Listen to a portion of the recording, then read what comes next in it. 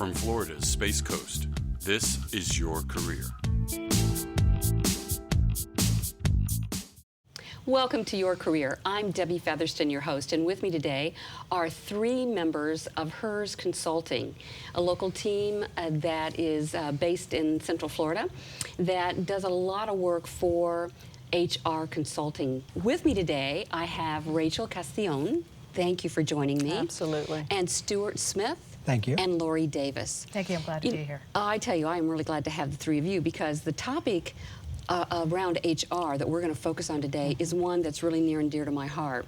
Specifically, and the reason for it, working with organizations and dealing with HR or OD people, I often realize that they need help. Sure. Right? Absolutely. And so the whole focus of our conversation, and you're bringing your expertise to help anyone that's interested in HR, or maybe someone who's currently working in HR who might say, I need a little help. Sure. And so the topic here is what's the critical role, right? The critical role of HR in sustaining profitable growth. And that's really the focus. So Rachel, if you wouldn't mind starting off by just telling us a little bit about HERS Consulting. I'd be happy to. HERS is an acronym that stands for Human Relations, Strategies, and Solutions. And the HERS Consulting Group was founded and is led by Karen Gregory, who wishes she could be here today. So But she's out having fun in Ireland and wherever. She's having a very good time. I see the Facebook pictures. But HERS Consulting Group is a management consulting firm, and our focus is on organizational effectiveness, increasing productivity, and also supporting sustainable growth. Our client base is typically defense contractors or government-affiliated organizations with an employee base of between 100 to 500 employees.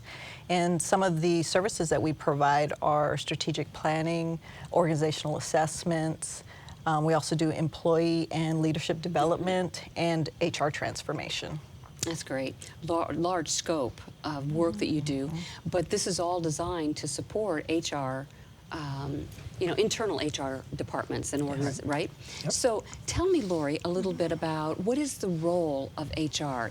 HR right now, in the past several years, is going into a transformational period. HR maybe is looked upon as an administrative role, filing and pushing those papers, taking care of benefits or payroll. But HR has grown greatly to become a strategic partner to the business, the link between the business and the people, the employee's voice to the organization, to the owners of the company. HR has grown and grown and is becoming more of a department that adds profitability, is the face of the people, and has been growing that employee base for a company. It's moving in a different direction. That's good. What was it? Can you tell me a little bit about what it has been? I can tell you things that, as I walk through the halls of different organizations, what they label the function, and it's not as favorable. So I'm glad to hear the positive, and maybe we should leave it there. Yes. But well, in the past, I think a lot of companies have just taken someone who's a good employee that really cares about the company and the people and thinks, well, they're doing a great job and they seem pretty sharp, so let's make them the HR person. Yeah. Most of those folks do a wonderful job, try to do the best that they can, but they're really not educated into all the many functions of HR. And many of them sometimes get just very buried in their work. But that HR person behind the scenes needs to get out in front of the scenes. Recruiting and retention right now is a hot button out there. It's all about, if you don't have good people, you're not going to have a good company. Well, and you've got to have people to fill that pipeline, right? Yes. That brings me to a question that comes front of mind. And Rachel, if you wouldn't mind addressing this one. Sure. Is there a correlation between leadership, company culture, and human resources? And if so, what kind of a impact does it have on the bottom line? Okay, that's a really great question, and there absolutely is a relationship among leadership and culture and human resources. more studies have been done between leadership and culture, but really if you're an HR practitioner or a professional, you can see those parallels and you can figure out ways to impact it, as you should. If we're going to think in terms of HR as a strategic business partner as part of the team, then we need to think in those terms. So we have some ways in HR that we can directly impact that. Like for instance, with the pay systems. You know, we know our culture of an organization is essentially how employees are told to think, behave, and act. Whereas leadership, those executives, managers, the senior leaders, they're dictating the culture through their behaviors, what they're thinking about and how they're acting. And obviously that's going to affect the culture. So, but as an HR person, you can help affect that. For instance, if the leadership, they communicate that in their culture it's very important, teamwork is absolute priority, and they push teamwork.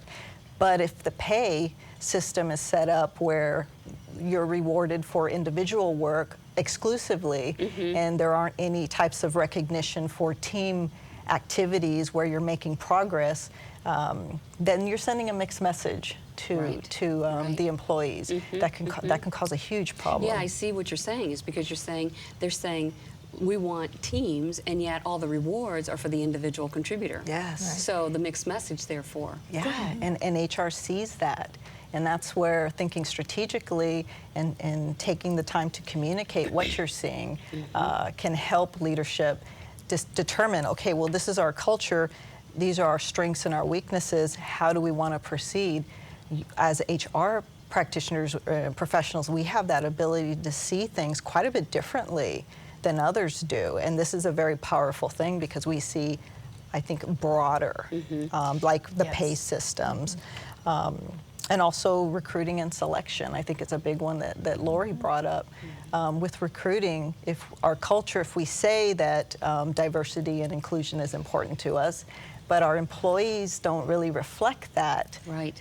Again, another mixed message, and as HR professionals, we can absolutely bring that up as something we've noticed, and then leadership can then take the next steps to figure out, well, what do we really want here? Interesting. Stu, let's get you into this conversation here. I'm just curious, you know, most companies have given HR a seat at the table. How would you say they're doing?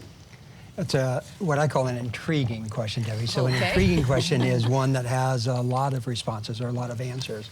And so I think it's important for HR professionals, first of all, to define what at the table means for them in their own company, in their own culture. It's been about 15 years that we've been entertaining this question. And so there's this mixed bag of results. It's kind of the 20-80 rule. 20% of us are doing a really good job, and 80% of us need some help to get there, to be at the table. So let's define what at the table means. For me, it means being part of the decision-making process and being part of the strategic decision-making process. Let me give you a quick example. So a lot of times HR professionals might see the tactical things that are mixed messages, but they miss the overall strategy. And so HR professionals need to be in that strategic decision-making process. An example I would offer up, we talk about recruiting and retention, is if you understand the strategy, it's which lever to push or pull to help the company become profitable. I was working with an organization that was in the mature phase of their business, and the strategic decision was, do we buy another company, right, and go down another path, or do we position ourselves to be sold? And so, because the HR folks didn't understand that strategy, the mechanisms to do recruiting were being done wonderfully, but they were missing the retention side. And so we were bringing the right people on board, but we were losing the people that we needed to position the company to be attractive to investors. So HR has to understand what the business strategy is first, and then how the HR strategy supports the execution of that. And I think that's the big difference for HR professionals, is to pick your head up off your own table, right, and look across and figure out what is the business strategy and how do I fit into that. Well, let me be clear about the example too, because there's some nuance in here. All right, good. So HR might be tempted to continue to be really good at recruiting, but we don't need to recruit people. We're positioning ourselves to be sold. right? We need to retain people because they had some legacy technology, they had some legacy, right? And so the HR role shouldn't have been on recruiting, it should have been on retention. Yes. Two completely different strategies, but they were running both full speed. Interesting. And that causes big problems. Yeah. Kind of a follow-up to that, how effective do you think HR has become in linking people, strategy, and performance? Right. I think the key to this is alignment. And so an HR professional has to understand what is the strategy, how does HR play into that strategy, and then how do I align the functions that I have against that strategy. And so if you're cascading a strategy through an organization, right, taking it from the top and working it all the way to, I call it the 6-foot rule, to the people who are within 6 feet of the work or 6 feet of the customer. Love it. Right, so closest to that. If you're cascading that strategy through there, how does it permeate through all of those functions? So how does it permeate into the performance management system, into the systems that allow for more diversity of thought and more diverse perspectives and so on and so forth. So it's understanding that strategy, taking a look at what I'm responsible for, and then cascading that strategy through that to align it to that strategy. Well, the one piece that I want to come back to that I didn't hear so well, and that I find sometimes is a breakdown in organizations, you know, they have the people linked to the strategy, but where's the accountability and the thread that goes through to tie it to performance? You know, and do they have the resources and the training and the ongoing, knowledge that they need to be able to, or mentoring, when I say knowledge, I mean converting it into practice. And I think one of the pitfalls that we have as human resource practitioners is that we catch on to phrases like accountability and see it from a specific point of view and don't understand what it is that our leaders are actually asking us for. The other thing is that we don't understand what drives performance, to be quite honest. Right? A lot of times we don't take a system view and understand that performance is driven a lot of times more by the system they're performing in than the individual effort in that. And so how can you ever align accountability to a performance objective if you don't understand how the system drives that performance? So I think that one of the things HR professionals can do is to get a broader business sense and understand system thinking, right? And so that they can contribute where leadership needs them to contribute. And don't fall victim to these catchphrases. Don't chase the technique. Right? So, you know, no one can tell me that the performance management system for most organizations actually improves performance. But also it's having the fortitude to evolve and continually update. And if we have, like, for instance, a position description that isn't updated, not kept current, and the job evolves, then you have a huge disconnect. Change, stay up, stay current. Yes. And that's a challenge. It really is. It can be. Because businesses move quickly and fast, and then you go back to, you know, the nuts and bolts of your business, you know, the document piece, even the employee handbook. Absolutely. It needs to be looked at constantly. These documents need to be looked at constantly and stay fresh and new. Well, and in response to any new legislation or laws, you know, things like that. And we're going to be very challenged in these next couple of years. There's a lot of changes coming. Well, tell me, Laurie, I was going to ask you, what are some HR trends that HR professionals are having to address today? I just brought with me, I was just going to refer to this. This is just some of the legal aspects that are coming in 2016, 2017. And some of these are already passed. Some of them are proposals that are still in the process of being passed. HR has a strong voice today at Washington on the Hill. Good. So you're looking at pay transparency. The executive order's already been passed. That's level of pays that are equal for all. The Cadillac tax, which is evolved into the Affordable Health Care Act, and how that's going to affect businesses and individuals. The actual Affordable Care reporting, how we report as a business, which is a financial pull there. Minimum wage laws are changing rapidly state by state, even, you know, as we speak. Extended FMLA leave and sick leave for federal contractors. Overtime tracking is becoming a very hot button, and how that overtime is being interpreted in companies. I-9 immigration reporting It's going to be a challenge for all companies. The laws are going to get very strict, and documentations are going to be very strict. And the white collar law that's coming down, whether who is salaried exempt and who is non-salaried exempt, and what those job definitions are, and how much of your work is actually truly supervisory. And that's, these are all things that companies have got to get prepared of, be on top of, ahead of, have plans, have really go through that process with training and educating your people from managerial and HR staffing. Yes. Because if they don't understand what these changes are all about and how we're going to do it together, it may not be effective in the company. No, and you want it to be... HR alone cannot do it. Yeah, and I think having that awareness, then you can be proactive instead of reactive.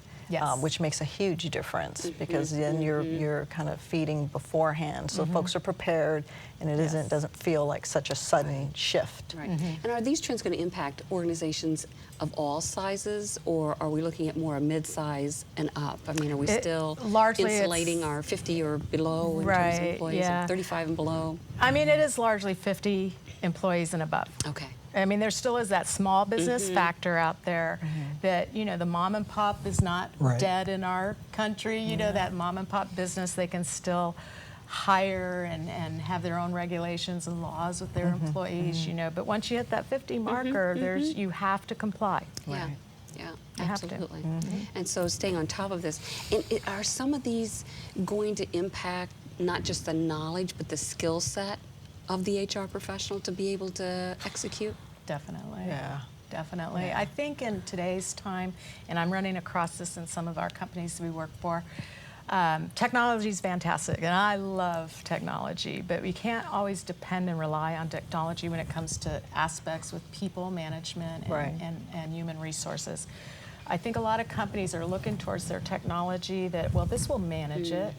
You know, my technology, this has all my facts and my numbers. I can run a report. Here you go, I've got this.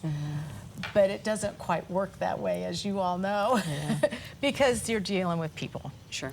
And a lot of it's education, coaching, training, culture, state of mind, which makes the health of the company.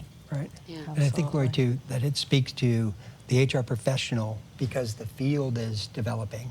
The HR professional has to develop along with it. So you ask about the skills. So one of the things as a strategic business partner, being at the table, is to be able to interpret this, which is not the other part of the organization's expertise. Maybe you get some help from legal and those types of things. But to be a partner with the people that expect you to help them hire and help them manage and lead.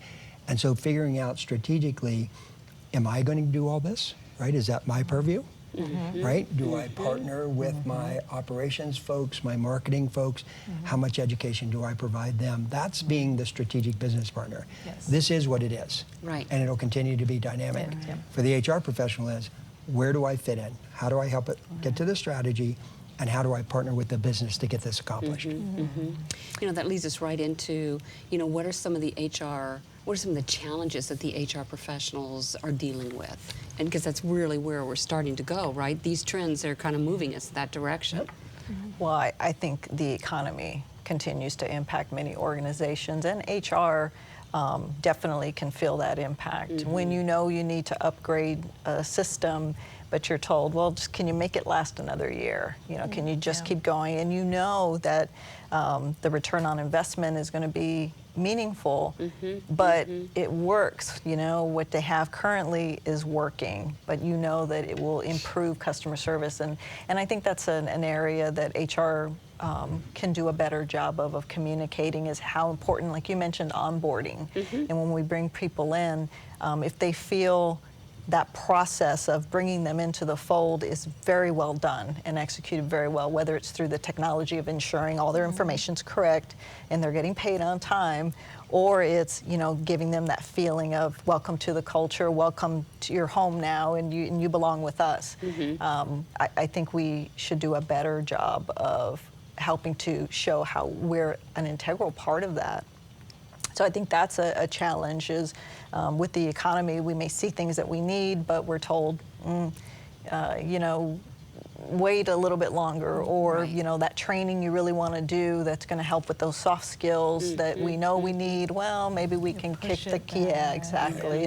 And I think that is a challenge. So you get creative and you try and figure out ways to take care of your organization. I think one of the big challenges with HR, and I'm thinking more of that individual who's working in a company, the person who we talked to about at the beginning, who's overwhelmed. Right. You know, I'm overwhelmed with my work, with all these documents and paperwork, and I know I should be training and coaching, and I know I should be Right. developing programs, but I can't get there. Right. And so, you know, what I'd like to say to that individual out there is to don't give up, for one. Right. And, you know, don't take it all on. Right. Pick a project.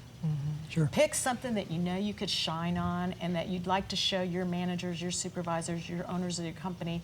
We can make a difference. Let me Right. show you how we can do that with just maybe this one piece. Sure. And maybe that'll grow and grow and grow. I mean, that's my Absolutely. advice Right. I to love it. them. Yeah. Rachel and yeah. Laurie bring up great points, and as part of being the strategic business partner, oftentimes HR professionals think they should wait and ask.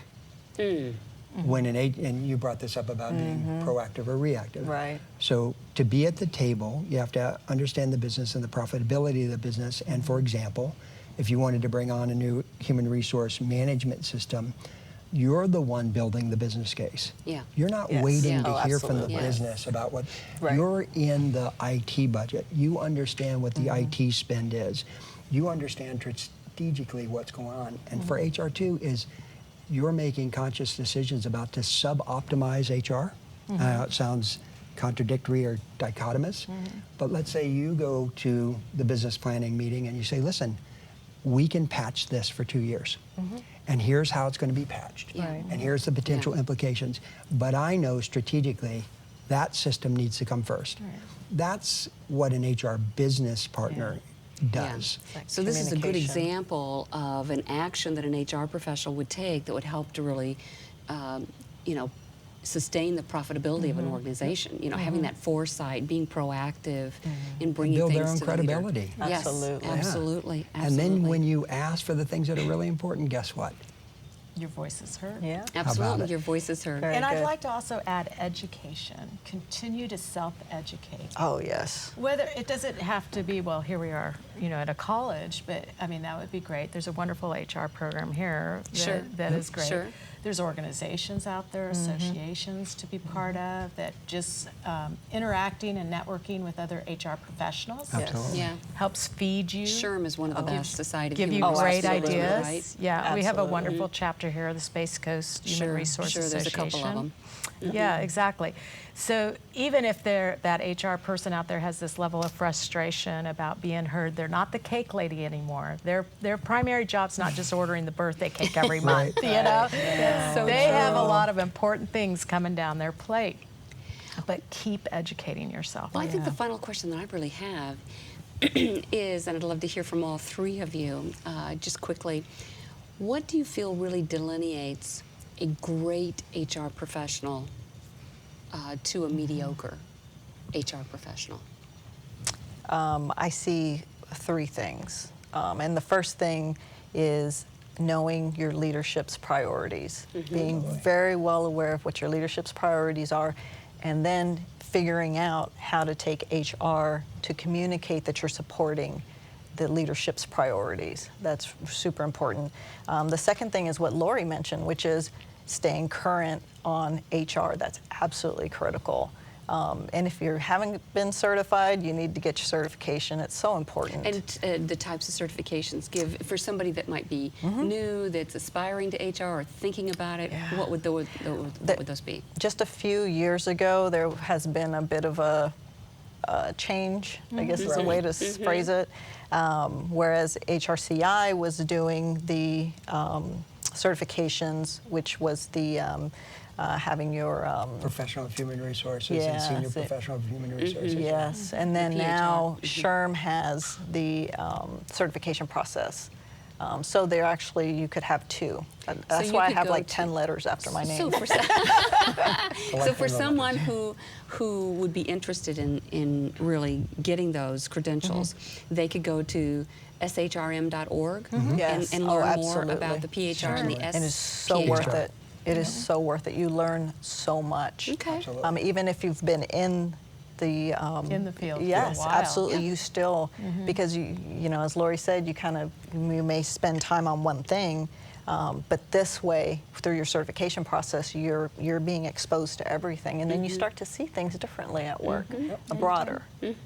Yeah, you got different lenses to look through, right? Yeah.